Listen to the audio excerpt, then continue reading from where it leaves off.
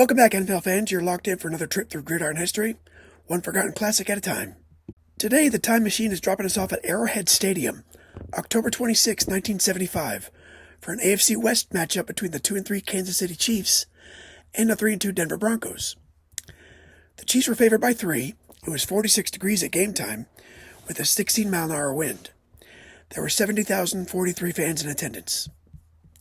Now, Denver was just 5-26 in 31 lifetime meetings with Kansas City, although they had won 3 of their last 4 between the two. Denver coach John Ralston was in his 4th season heading the Broncos and had a 22-22-3 record to show for it. Paul Wiggin was in his first year pacing the sideline for Kansas City. Broncos quarterback Charlie Johnson was in his 15th and final NFL season. He carried a 69.8 career passer rating and a 51.3% completion rate, with 24,214 yards, 169 touchdowns, and 176 interceptions. Johnson was replaced by Steve Ramsey mid-game after going 6 of 15 with 2 picks.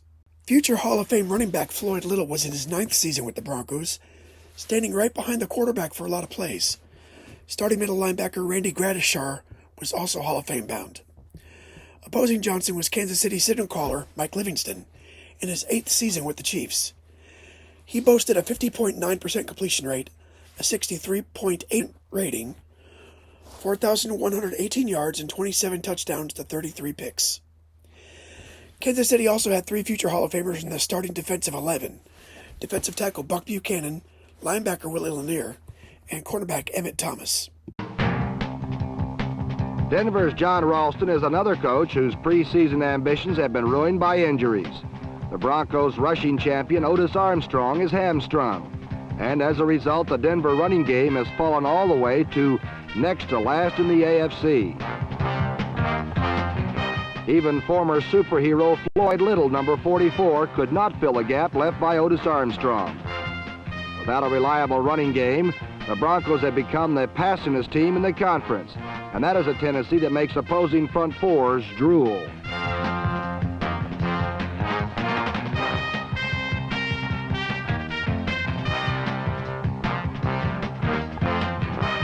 Quarterbacks Charlie Johnson and Steve Ramsey have both taken their lumps, but worse still for the team, plays which used to result in Denver touchdowns now result in Denver turnovers.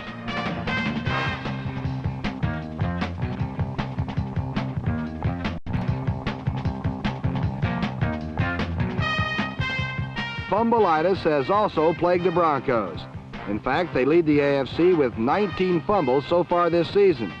And when things go bad, it seems to be contagious, as even the hero of the previous week, Jim Turner, found out.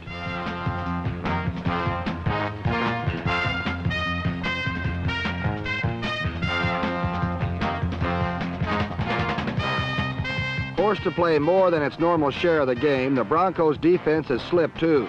Last week, this end around by Larry Brunson of the Chiefs led to an important fourth-quarter score.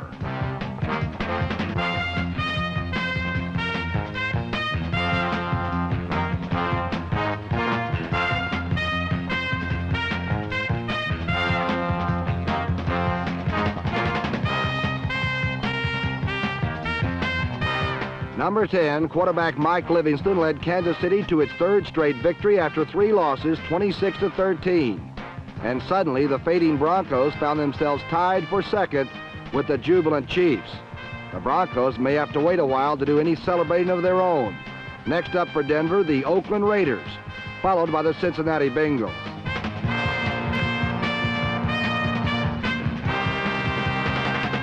For most of the game, Chiefs kicker John Stenerud, also a Hall of Famer by the way, seemed like he'd be the only player to score, with 1 field goal each in the first, 2nd, and 3rd quarters from 28, 46, and 37 yards, respectively. Denver finally got in on the act with a 4th quarter touchdown, a 1-yard plunge by Fran Lynch, although the conversion failed. On the following possession, Larry Brunson carried a double reverse, 65 yards down to the Denver 10. Stenerud then kicked a 4th field goal to make it 12-6. On the next possession, the Chiefs' Kerry Reardon intercepted a Ramsey pass at Denver's 34 and returned it 12 yards, plus a 5-yard face mask penalty, which put it at 17. Livingston then bootlegged on a 3rd and 1 at the 8 and fooled the Broncos' defense completely, walking into the end zone. Coach Wingate knew the play might not work. Quote, "It was devised during the week. We knew it would either go for all or nothing. You never know if the defensive guys are going to meet you nose to nose." Unquote. On the following possession, Broncos running back John Keyworth fumbled deep in his own territory.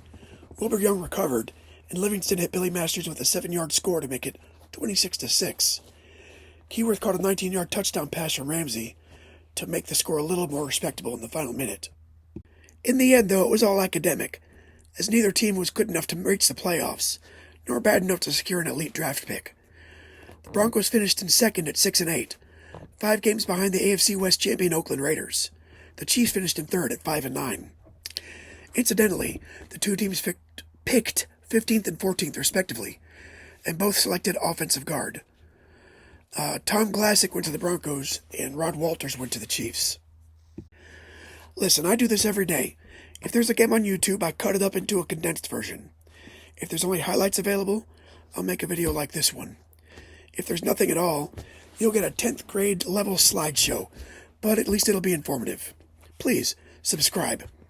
Until next time, keep the laces out and keep the history alive. I'll see you on the next kickoff. Bye.